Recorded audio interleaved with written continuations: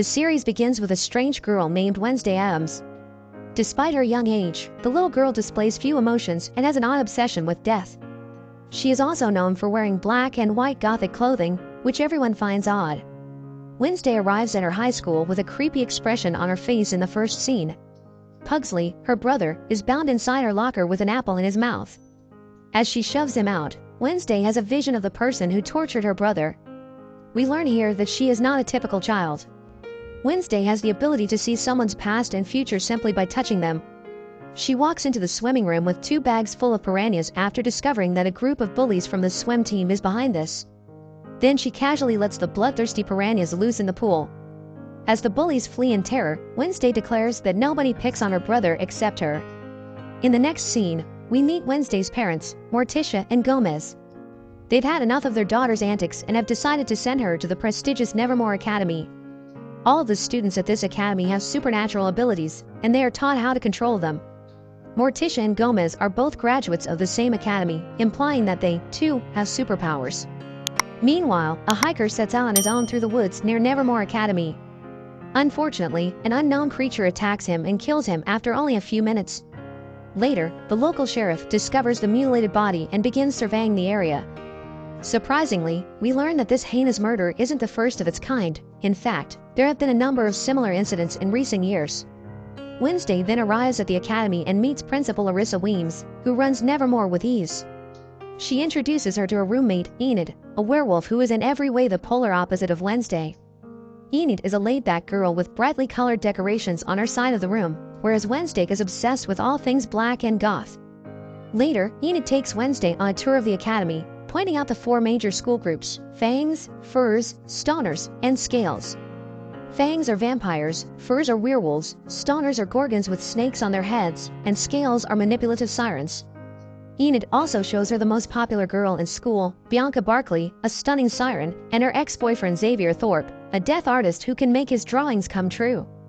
Meanwhile, as the Addams family drives away, Gomez releases Thing, a severed, living hand. Thing is in charge of keeping an eye on their daughter. Wednesday attends fencing class the next day, where she is pitted against the formidable Bianca. After some back and forth, the girls find themselves with equal points and decide to remove their masks and fight until someone draws blood first. A brutal battle soon ensues, with both of them matching each other stride for stride. However, in the end, Bianca triumphs when she slashes a small cut on Wednesday's cheek. Later, as Wednesday emerges from the infirmary after being bandaged, she is nearly crushed to death by a falling stone gargoyle. Fortunately, Xavier, the death artist, arrives just in time and pushes her out of the way. Wednesday returns to her room shortly after, but she suspects that someone is watching her. As a result, she searches the room and eventually finds Thing's hand. Wednesday, realizing it is her parents' fault, threatens the hand to be loyal to her or she will lock him in a drawer. Thing, terrified, vows to be faithful. She is required to attend mandatory therapy sessions as a result of Wednesday's piranha prank. As a result, Larissa, her principal, drives her to her therapy session in Jericho, a small town outside of Nevermore. She meets with her therapist but does not discuss anything. Wednesday, on the other hand, has another plan. She excuses herself to use the restroom before fleeing through the window. She accidentally runs into a man outside. She has a vision in which she witnesses the man's death. Wednesday, terrified, goes to a nearby coffee shop. There, she meets Tyler, the sheriff's son, and a barista. Tyler is having some mechanical issues with his espresso machine. The instructions are inexplicably in Italian, but Wednesday, thankfully, can read Italian. She quickly fixes the device and requests a ride to the nearest bus stop. But before Tyler can respond, a trio of bullies dressed as pilgrims storm the store and taunt her. Wednesday tries to ignore them, but when she has had enough, she fights back and easily smacks them down. Principal Larissa arrives at the store with the sheriff after a while and notices the carnage. She lashes out at Wednesday before driving her out of town. They pass a terrible car wreck on their way to the academy. The victim is the same man Wednesday saw earlier in her vision. Later that night, in the dorm balcony, she plays a haunting psalm on her cello. It's a full moon night, and you can hear several werewolves howling in the distance. Enid, who is a werewolf herself, reveals that she will not join them because she cannot transform. Meanwhile, Thing enters Tyler's room and requests that he call Wednesday. Despite his fear, he agrees and the two begin video chatting. Wednesday invites Tyler to meet her at the harvest fair the next day, claiming that it will be enjoyable. In reality, she just wants to get out of the academy. While at the fair, we notice Larissa keeping a close eye on Wednesday. Despite this, the goth team manages to catch up to Tyler. The two are almost out of there when Wednesday runs into one of her classmates, Rowan. He flees into the woods, and she has a vision that Rowan has been brutally mauled to death by someone since Wednesday touched him. Terrified, she changes her mind and pursues him to inform him of the news. Rowan uses his telekinesis ability to secure her high up on a tree before she can say anything. He then reveals that 25 years ago, his mother, a powerful seer, predicted Wednesday destroying the Nevermore Academy. As a result, Rowan believes he must kill her before anything bad happens. He then begins telekinetically choking her, but then a massive monster leaps in, tears Rowan apart, and vanishes into thin air. Wednesday stands over his mutilated body, looking at the alleged drawing of his mother. Soon after, police officers led by the sheriff begin searching for Rowan's body, but they are unsuccessful. The sheriff, as expected, does not believe Wednesday's claim of a monster attacking Rowan and believes it was a Nevermore student. An officer interrupts their conversation, and we see Rowan, who is still alive. Wednesday enters her room to find her roommate, Enid, preoccupied with the Poke-Up competition, an annual boat riding game. Later, she attempts to speak with Rowan, but Principal Larissa informs her that he has been expelled for reasons she cannot disclose. As a result, Wednesday goes back to Plan B and requests that Thing keep an eye on Rowan. The scene then shifts to Rowan, who has arrived at the train station, followed closely by Thing. After observing his surroundings, he sneaks into the restroom and disguises himself as an elderly man. Thing, however, loses track of him and misses the transformation. Later, the old man's name is changed to Larissa, the principal. This reveals that she is a shapeshifter, and she is covering up Rowan's murder for some reason. With no other options, Wednesday goes into the woods to look for evidence of Rowan's murder. Tyler, who is stalking his father, is accompanying her. She eventually finds Rowan's glasses, and as she picks them up, she has a vision. She sees a purple book in the vision, from which Rowan got the drawing. Wednesday wastes no time confronting her class teacher about the book, and the latter reveals that it belonged to an old student society known as the Nightshades. However, the society has long since been disbanded. Wednesday sneaks into Rowan's room after school to look for the book. She discovers a mask beneath his bed, but Xavier arrives before she can leave. He is Rowan's roommate, it turns out.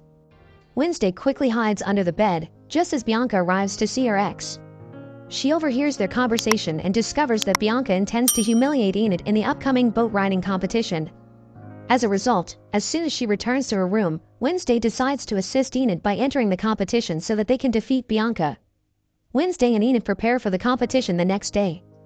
Because there are no rules, everything is fair game, which Bianca is taking advantage of.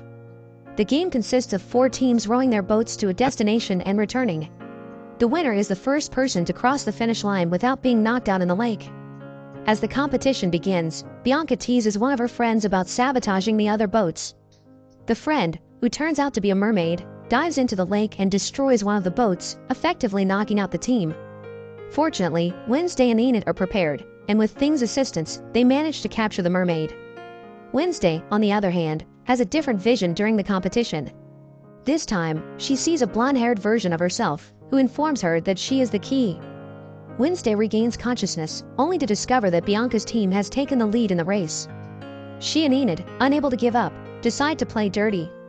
They use Bianca's dirty tricks against her and eventually win the competition. For the first time in 4 decades, a non-siren team has won the prestigious competition. Later, Principal Larissa honors the winning team by handing Enid the Poke-Up trophy. Wednesday, however, is overwhelmed by the attention and seeks refuge with Edgar Allan Poe, a former student of the Nevermore Academy. She notices a symbol beneath the stone book he's holding. It's the same symbol Rowan had carved in the picture he'd given her before he was mauled to death. Wednesday solves a series of riddles etched in the book quickly and discovers a clue, that is, snapping twice. When she snaps twice, a secret corridor suddenly opens, revealing a hidden chamber. Wednesday successfully locates Rowan's book, from which he tore the picture. She stuffs the book into her backpack, but before she can go any further, a black sack is thrust over her head. When the sack is removed, she is surrounded by Bianca, Xavier, and a few other students who are members of the Nightshades Club. Although the group had previously been disbanded, Principal Larissa secretly reinstated it. Xavier invites Wednesday to join their group, but she declines and walks away. In the following scene, Principal Larissa announces the annual outreach day, during which the Nevermore students will have to interact with normal people, also known as normies, by working alongside them at their businesses. Wednesday informs Xavier that his roommate may have been murdered once they arrive in town. Rowan is not dead, according to the latter, because he was only expelled. Despite this, Wednesday shows him Rowan's mother's drawing. Xavier examines it closely and discovers that the man in the picture is the founder of Jericho, Joseph Crackstone. Wednesday later decides to volunteer in Pilgrim World, the location where Jericho's history is kept. Eugene, a young boy she befriended in the beekeeping club, meets her there. The two begin talking right away and begin observing their surroundings. Miss Arlene, the Pilgrim World's caretaker, approaches the students soon after. She gives them a tour and tells them about some of Joseph Crackstone's most prized possessions. Wednesday inquires further about the artifacts and discovers that they contain original farm tools, tableware, and even the family chamber pot. She wants to work there but is unable to due to renovations. Instead, they'll all be working at the Ye Olde Fudgery, distributing fudge and cakes to local tourists. Later, Wednesday sneaks into the Crackstone family chamber with the help of Eugene. She discovers a painting of the old meeting house that depicts the girl from her vision. Soon after, she discovers the book that the girl was carrying. When Wednesday notices the pages are blank, she suspects it is a forgery. Arlene, the caretaker, arrives and catches her. When Wednesday inquires about the original book, Arlene reluctantly admits that it was stolen last month. Tyler and Wednesday later reunite at the coffee shop. Tyler reveals that what is left of the original meeting house is out in the woods when the latter inquires about Joseph Crackstone. It is essentially a ruin, and meth heads use it as a crash pad. Wednesday and Thing rush into the woods in search of Joseph Crackstone's home. When they find it, they come across a homeless man, but Thing chokes him and scares him away. Wednesday has a vision all of a sudden. She travels 400 years in the past this time. We see the blonde girl she met in her previous vision. Villagers are encircling the girl, referring to her as the devil's spawn. Soon after, Joseph Crackstone emerges from the crowd and addresses her as Goody Addams. He accuses her of witchcraft and sentences her to death in a barn with other accused people, including her mother. Goody, in turn, accuses them of stealing their land, slaughtering the innocent, and stealing their peaceful spirit. Enraged, Joseph stares at her for a while before setting fire to the barn. Goody tries to free her mother, but her efforts are futile. Finally, when there is no hope left, she escapes through a trap door. Meanwhile, Wednesday is watching everything with them in the barn. Goody soon approaches her and declares that Joseph will not stop his crusade until he has killed them all. With this realization, Wednesday awakens from her long vision and tells Thing everything. They are startled to see the same monster that killed Rowan lurking behind them. Wednesday chases it down in the rain but is unable to keep up. As a result, she follows the footprints, which strangely begin to resemble human footprints. This reveals the monster's true identity as a human. She then runs into Xavier and tells him what she witnessed. He wants to examine the tracks, but the rain has washed them away. The next day, everyone gathers in the town square for the unveiling of a new statue honoring Joseph Crackstone. While the mayor and Larissa announce the statue, Wednesday plays an instrumental version of Fleetwood Mac's Don't Stop with the Jericho Marching Band. However, disaster strikes when Thing, in accordance with Wednesday's orders, sets fire to the statue. While others flee in terror, Wednesday's eyes gleam with vengeance as she plays the cello quickly. Later, Principal Larissa rips into Wednesday, suspecting she is to blame for the incident. However, the adolescent denies any wrongdoing and instead confronts Larissa for refusing to acknowledge the bloody, racist truths upon which Jericho was built. That night, the monster attacks the homeless man from earlier, and his camera begins recording the incident. The sheriff and his team arrive at the forest ruins and discover the homeless man dead. They discover footage on his camera that may reveal the identity of the perpetrator. After developing the photos, the sheriff examines the killer's face, which resembles a monster from a nightmare. On the other hand, Wednesday and Thing are stopping by the Jericho coroner's office. Wednesday hopes to examine the homeless man's body further for potentially life-changing clues. She takes careful notes as she examines the corpse. When the sheriff and the coroner appear unexpectedly in the office, Wednesday flees. The sheriff and the coroner talk about the case, and the coroner shows him the severed foot of the homeless man. It lacks 2 toes. After the sheriff leaves, the coroner notices one of the mortuary shelf doors is cracked open. He discovers Wednesday within, but the goth teen is an expert at impersonating a corpse. As a result, he has no reason to suspect anything.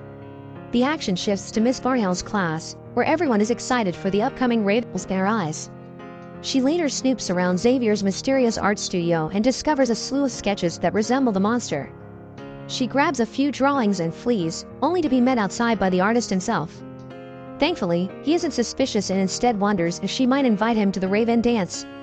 Wednesday asks Xavier to accompany her to the dance in order to conceal her breaking into his studio. He agrees. Wednesday then goes to the sheriff with Xavier's drawings. The sheriff displays one sketch alongside the photo he discovered on the homeless man's camera roll.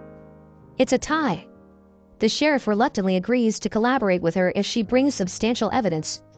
She does, however, suspect Xavier. After all, he is capable of bringing artwork to life. Meanwhile, Enid meets Lucas at a coffee shop. Lucas is the mayor's son and a tyrant. He invites Enid to the rave-in, which she gladly accepts. Wednesday meets Tyler, who shows romantic interest in her. He wishes to accompany her to the dance.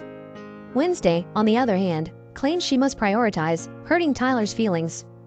Wednesday then joins Eugene at the beekeeping club. Eugene appears to recognize the cave in the drawing when she shows him the sketches. He then takes her to a nearby cave, claiming to have discovered it while out researching bees. They discover a claw lodged in the cave wall. Wednesday then returns to Xavier's art studio in search of evidence containing DNA that matches the claw. She discovers a bloody rag and stuffs it into her bag. Xavier suddenly catches her red-handed. He realizes she had a reason for inviting him to the dance. Wednesday wonders if he is the monster. Xavier explains that this creature had been haunting his dreams for a while, so he drew a sketch of it.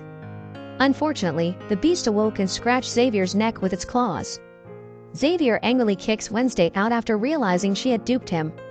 Later, our goth girl places the claw and bloody rag on the sheriff's desk. She then instructs him to conduct tests on them. Meanwhile, Thing secretly types a note on Wednesday's typewriter and delivers it to Tyler at the coffee shop. It's rave-in dance party time. While other students dress up for the event, Wednesday plans to do cave research with Eugene. Tyler unexpectedly knocks on her door with a bouquet. Thing, it turns out, wrote a heartfelt apology for Tyler, luring him to the dance on Wednesday. He also obtained a stunning black gown.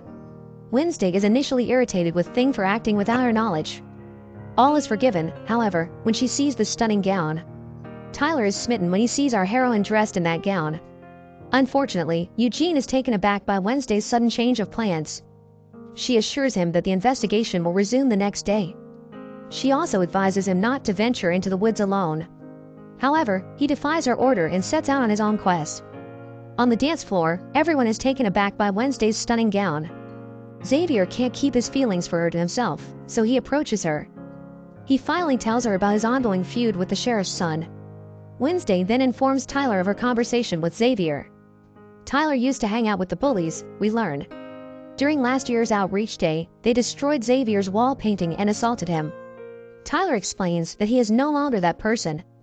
Wednesday doesn't hold it against him, claiming she would have gone further. Meanwhile, we see Lucas texting his friends, who intend to exact vengeance on the outcasts for the burning of the Joseph Crackstone statue.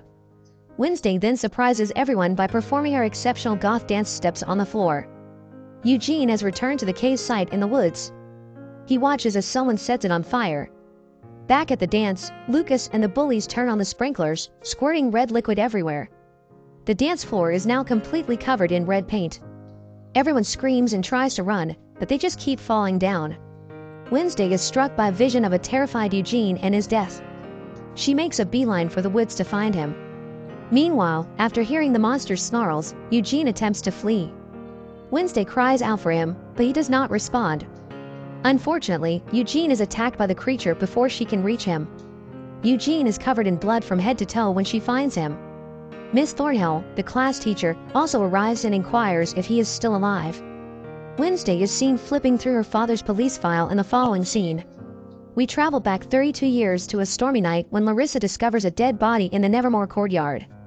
Young Gomez stands on scaffolding with a sword in his hand. He's drenched in blood. We see the cops arresting Gomez while young Morticia confesses that she's never been more in love with him than when he's handcuffed for murder. We've arrived in the present day for Nevermore's Parents' Weekend. As usual, Gomez, Morticia, Pugsley, and Lurch arrive in style. Principal Larissa addresses all of the visiting families and students. Enid bemoans the arrival of her werewolf family. Enid's mother, predictably, criticizes her daughter for not developing her lycanthrope abilities.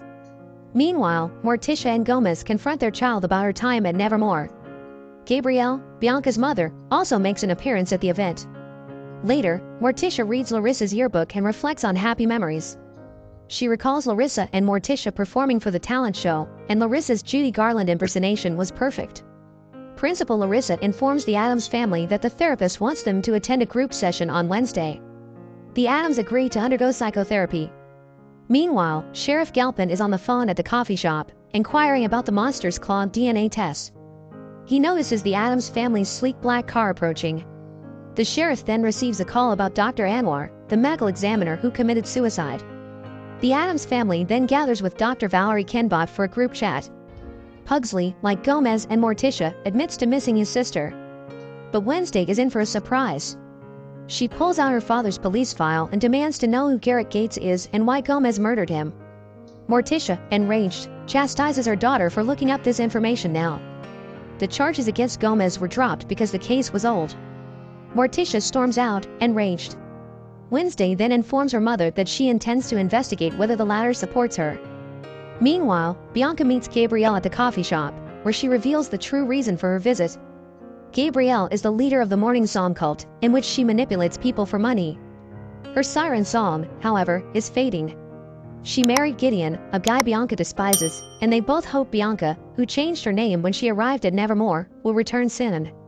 Otherwise, Gabrielle must reveal that Bianca cheated her way into the academy. Wednesday pays a visit to Eugene in the hospital in the following scene. The poor boy is in a coma in the intensive care unit. Our goth girl blames herself for the monster's attack on Eugene. Eugene's mothers pay a visit, and they thank Wednesday for her friendship because Eugene has never had one. Elsewhere, the sheriff visits the morgue to assess the situation. Dr. Anwar left a note before committing suicide, expressing regret for forging documents in a murder case from 3 decades ago. Unfortunately, someone smeared black gum on the camera, so the police won't be able to determine what happened to Dr. Anwar. The sheriff believes the late coroner regretted manipulating the Gomez-Addams/Garrett Gates case. He needs to imprison Gomez now that he has the evidence. Wednesday then stands by as Morticia places a red rose on Garrett's grave. Sheriff Galpin storms in to arrest Gomez while everyone is feasting in the school courtyard for the festivities. The Addams family is stunned as Gomez is handcuffed and led away. Later, Wednesday and Thing pay a visit to her father in prison. She is determined to learn the truth. He reveals that Garrett developed an obsession with Morticia, was even stalking her. Morticia called the cops, but to no avail. Finally, Gomez subdued an enraged Garrett. Wednesday is no longer convinced that her father is guilty after hearing his story. Meanwhile, Enid's mother hands her brochures for a summer camp for lycanthrope conversion. The camp is intended for Enid to forcefully transform her into a werewolf, as she has not yet become one. Enid, predictably, objects. When Wednesday visits Morticia, we see her standing in the Nightshade's meeting place. Morticia reveals the truth about what happened that fateful night. Morticia noticed Garrett foaming at the mouth in rage while Gomez was attempting to defend himself. She stabbed him because she had no other option. Gomez grabbed the sword and urged Morticia to hide in her room after his body fell onto the courtyard below and was discovered by Larissa. As it turns out, Gomez was to blame for Morticia. Wednesday wonders if Garrett was afflicted after hearing that he was foaming at the mouth. Morticia follows in her daughter's footsteps. As a result, the two set out on a trip to the Jericho Cemetery. Wednesday digs up Garrett's grave for evidence, but they are apprehended by cops and arrested. We see them being thrown into the same cell as Gomez. Fortunately, Wednesday was able to retrieve something from the grave and show it to her parents, its blue-tinged finger, the color of Nightshade. They realized that when Morticia stabbed Garrett, he was already dead. He was poisoned by Nightshade. Wednesday suddenly has a vision. Garrett's father orders Garrett to poison everyone at Nevermore with Nightshade in a vision. A vial of poison is seen passing between the two. According to Wednesday, the vial broke in Garrett's pocket, poisoning him. Following their release, our mother-daughter team makes their case to Mayor Walker. Morticia accuses him of attempting to save his own skin. Walker did nothing when she told him about Garrett stalking her while he was sheriff. He attempted to conceal the facts of the case. Wednesday then displays Garrett's nightshaded finger to him. Morticia orders Walker to release her husband or she will expose him for the liar he is. Fortunately, he agrees. As a result, all charges against Gomez are dropped for the second time. Sheriff Galpin even apologizes to Gomez and shakes his hand. Meanwhile, Enid stands up to her mother and orders her to accept her for who she is. She'll transform into a werewolf when the time comes. Wednesday bids her family farewell at the end of parent-teacher weekend. Wednesday confronts her principal later, after looking through Larissa's yearbook. Larissa did more than just impersonate Judy Garland for Nevermore's talent show, she became Judy Garland. This implies that Wednesday has discovered the truth about their principal. She is a shapeshifter. She disguised herself as Rowan the day after his murder to convince everyone that nothing was wrong. Larissa claims she did everything she could to keep the school out of the spotlight. Wednesday inquires about Eugene's protection from the shape-shifting principal. Larissa and Wednesday are startled to hear clamoring and shouting outside. On the school lawn, they discover the message "Fire will rain" written in fire. Wednesday then performs a ritual to contact her ancestor, Goody Addams. She hopes that her ancestor will assist her in mastering her psychic abilities. Enid interrupts Wednesday's concentration. While the two are talking, a mysterious figure slips a note card beneath their door. Wednesday must go to Joseph Crackstone's crypt at midnight if she wants answers. Wednesday is accompanied by Enid to the crypt, which turns out to be a birthday surprise party for our goth heroine. She notices the writing on the old fireplace is the same as the writings burned on the school's lawn as they sing her happy birthday. She has a vision of Goody warning her about Crackstone's impending visit. Goody can't help her hone her psychic abilities, but she can point Wednesday in the right direction. The latter must investigate the dilapidated mansion that stands before them. It contains the answers she is looking for. In other news, Principal Larissa pays a visit to the mayor and requests his assistance in locating the delinquents who left the burning message at her school. The mayor is happy to oblige and also informs her that they are working to find the perpetrator of the recent attacks. Back at the academy, Xavier stands beside Wednesday as she investigates the "Fire will rain" message on the school lawn. Xavier investigates Wednesday's vision in the crypt. She refuses to reveal any information because she still considers him a suspect in the ongoing investigation. Wednesday later pays a visit to Eugene, who is still in a coma. Dr. Valerie Kinbot walks into the room carrying flowers. Eugene's mother's requested that the doctor check on him when they returned home for a few days. She tries to approach Wednesday, but she isn't looking for a free session, so she exits the room. Meanwhile, the mayor's investigation continues. He receives the death certificate for Garrett's sister, who allegedly drowned while traveling abroad. He is suspicious of her death and wants to know if it has anything to do with the recent attacks. Wednesday pays a visit to Tyler, who wants to take her out on a date for her birthday. But, as is customary, she gives him the cold shoulder. Wednesday informs the sheriff about what she discovered in Crackstone's crypt. But he basically tells her to stop looking into the case. Later, Wednesday and Thing pay a visit to Xavier's art studio. She shows him a drawing she made of the eerie gated mansion from her vision. Xavier pulls out the drawing he made of the same location, revealing that he has been having strange dreams again.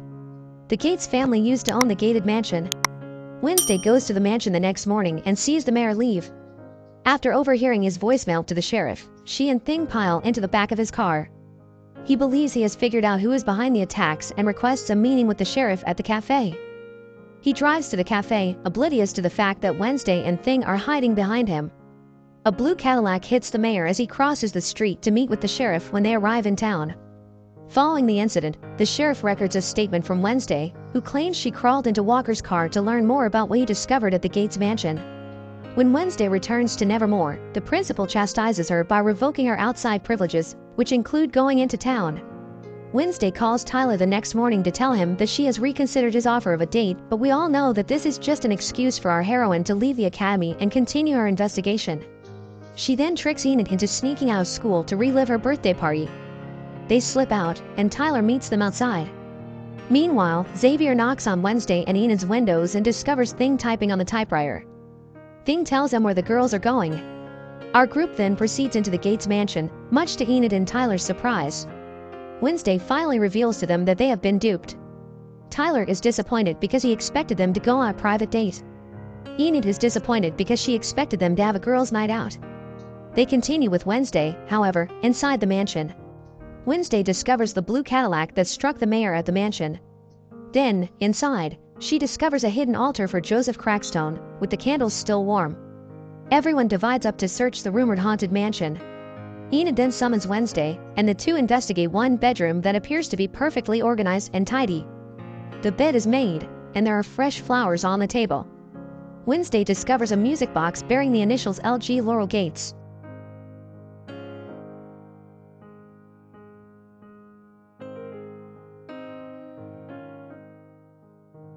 Continue their investigation. Enid and Wednesday hear Tyler yelling for help, warning them about the monster. The monster pursues the girls through the house, and they end up in the basement. They discover the monster's victims' trophies in the basement. These trophies are actual body parts from the murderer's victims. They don't have much time, so they leave the house and return to find Tyler. They discover him alive, but with extensive claw marks on his chest. Xavier arrives at the same time and assists them with Tyler. They then return Tyler to his home.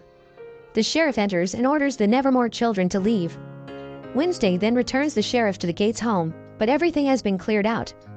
The trophies and the monster are nowhere to be found. The sheriff believes she is lying and is enraged that she has put his son's life in danger. Wednesday is not allowed to see his son again. She returns to her room and examines the music box she found in the mansion. Suddenly, a slew of photos spills from the bottom. Wednesday and her loved ones are all present. Someone with a gloved hand is seen elsewhere in the hospital unplugging Walker's ventilator while he is unconscious. The following scene depicts Mayor Walker's funeral. Whoever turned off his ventilator killed him. Wednesday observes the mourners, convinced that the murderer is right in front of her. She notices a stranger lurking in the distance. She follows the stranger into the nearby woods, where she discovers it is none other than Uncle Fester. Fester informs his niece that he requires a place to rest for a few days following a job. Wednesday accompanies him to Eugene's beehive barn. She then consults with her uncle about her current situation. Fester mentions that the creature our heroine is searching for is known as Hyde. Nathaniel Faulkner, the founder of Nevermore Academy, conducted extensive research on the monsters. Fester reveals that Faulkner kept his diary in the library of the Nightshade.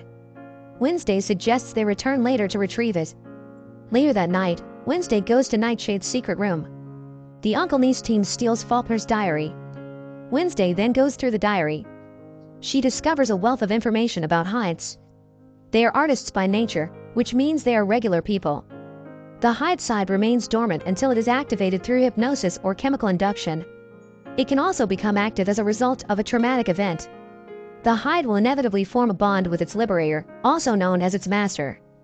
Wednesday spies on Xavier the next morning, convinced he is the monster. She and Fester follow him and spy on him in the woods as he meets Dr. Kinbot.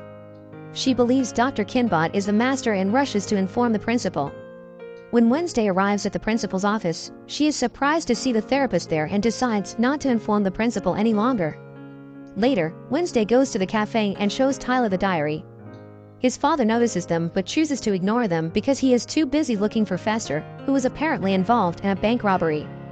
Tyler approaches Wednesday for a date after the sheriff has left and refuses to accept no for an answer. They intend to meet in the crypt of the Crackstone. Wednesday goes to the date later that night and asks Thing to stay back and watch the diary. Tyler has prepared a sweet and romantic date for Wednesday at the crypt, and she is enjoying it. Tyler expresses his desire to be more than just friends, but our goth girl attempts to talk him out of it. When Tyler gets closer to kissing, his father, the sheriff, arrives with his team. Fester is wanted by the cops.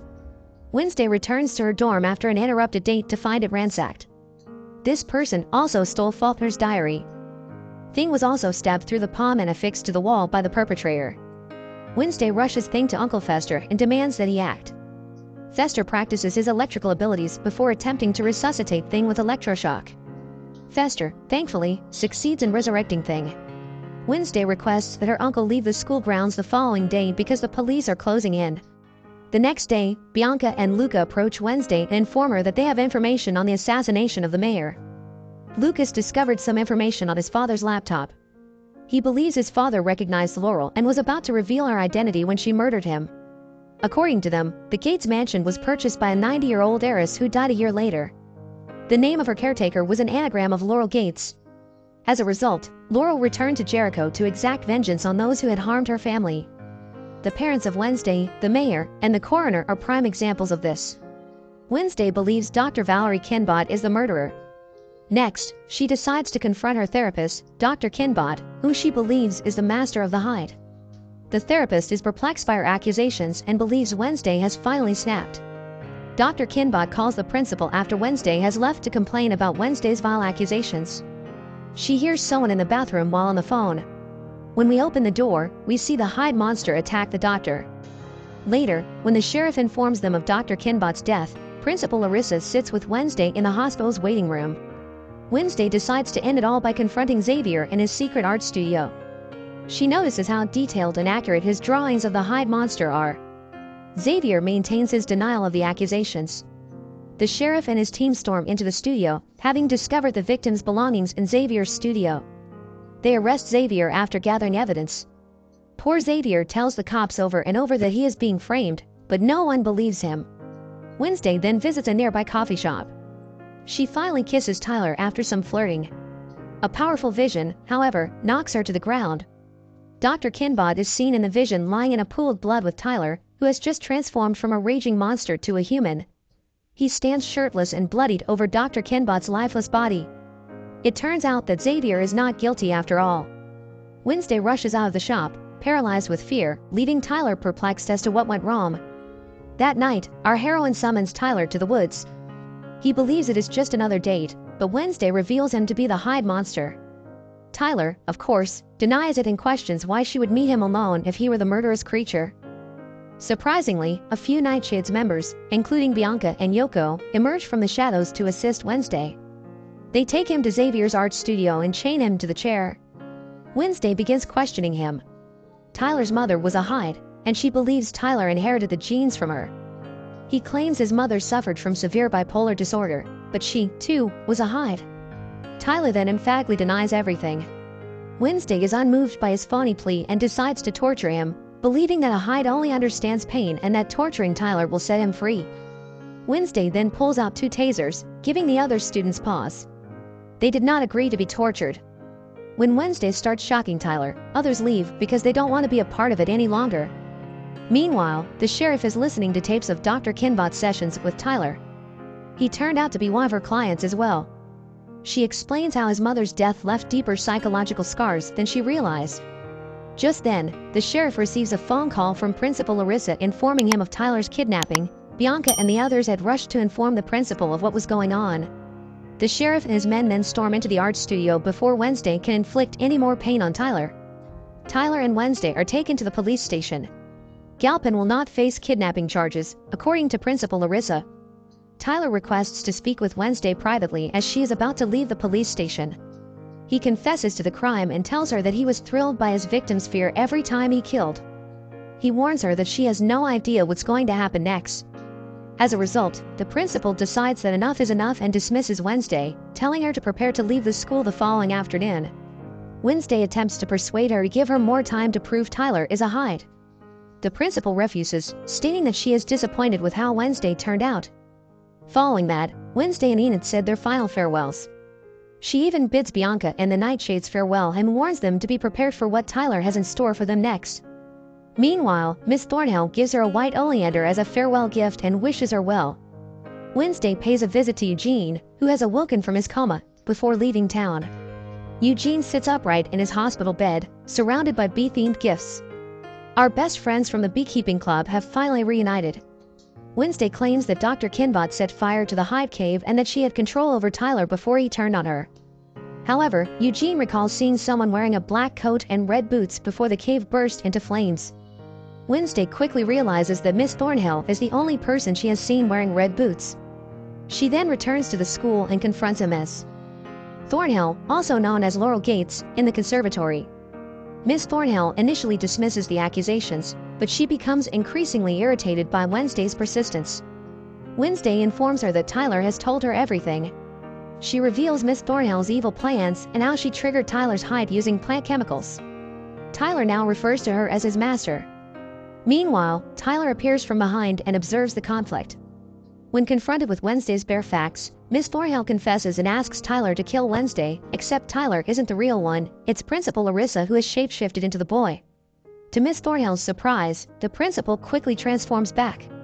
She then requests cooperation from Miss Thornhill/Laurel.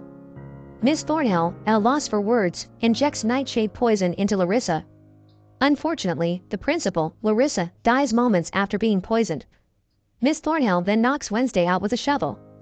Meanwhile, Eugene video calls Enid and informs her that Miss Thornhill is the bad guy, and Wednesday and Principal Larissa go to confront her. Enid promises to look for them in the conservatory. Thing then appears and frantically informs Enid of the dire situation and Wednesday's kidnapping. Then we see the rising of a blood moon in the sky. Wednesday awakens chained to the wall in a crypt. Miss Thornhill divulges her plan to demolish the school. She intends to resurrect Crackstone by using Tyler's body parts as a hide, which she has collected from his victims. Goody not only killed Crackstone, but she also cursed his soul. Miss Thornhill hopes to use Wednesday to break the bloodlock that Goody had placed on Crackstone's tomb.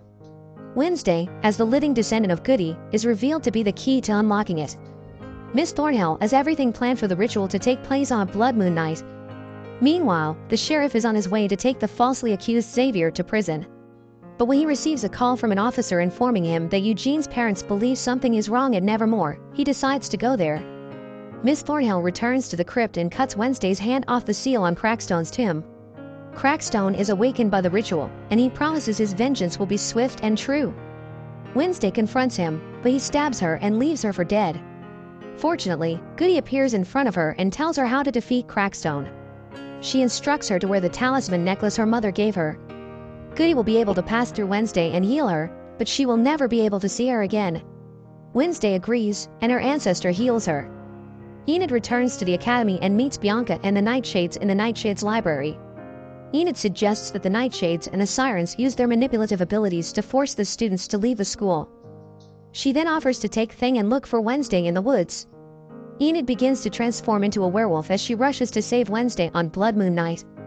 Back in the woods, the sheriff changes his mind and decides to track down his son's location.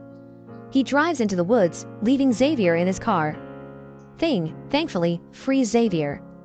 Wednesday rushes to stop Crackstone after being healed, but she meets Tyler on the way. He transforms into his hive monster and attacks her, but Enid transforms into her full wolf form and fights the monster. Meanwhile, Crackstone arrives at the school and immediately starts destroying everything in sight. The battle between the werewolf and the hive devolves into a bloodbath. Enid triumphs, transforming into a human just in time for Thing to find her. Tyler is discovered unconscious and naked in the leaves, covered in blood, by the sheriff. Wednesday then returns to Nevermore and equips herself with her father's sword. She is about to slash Crackstone, but he is too powerful. When Xavier arrives on the scene, he shoots an arrow at Crackstone, but the Walking Dead redirects the arrow back in his direction. Wednesday takes a step forward, taking the arrow in the shoulder. Wednesday stands up and continues to fight Crackstone. Her sword, however, snaps into several pieces. Our astute heroine recalls what Goody told her about defeating Crackstone and stabs him in the heart with a scrap of the sword. He vanishes into thin air, but the battle continues as Miss Thornhill charges in with a gun. Eugene, fortunately, makes his grand entrance with his bees and causes them to attack her. The school has been saved. Enid later reunites with the Nevermore students who are hiding out in the woods. Then she dashes over to embrace Wednesday. The Addams family butler, Lurch, is seen removing the last of Wednesday's belongings from her room in the following scene. Classes for the remainder of the semester have been cancelled. Wednesday waves goodbye to her friends before noticing Xavier lounging on the floor above her. Xavier gives her a phone and even enters his phone number into the contacts. The series concludes with Lurch driving Wednesday home. She receives a text message from an unknown sender while sitting in the back seat of the family car. They send her photos while claiming to be watching her. Meanwhile, we see an armored truck on the road, with Tyler restrained and bound inside. He abruptly awakens and begins to transform into his hive monster. Thank you for watching.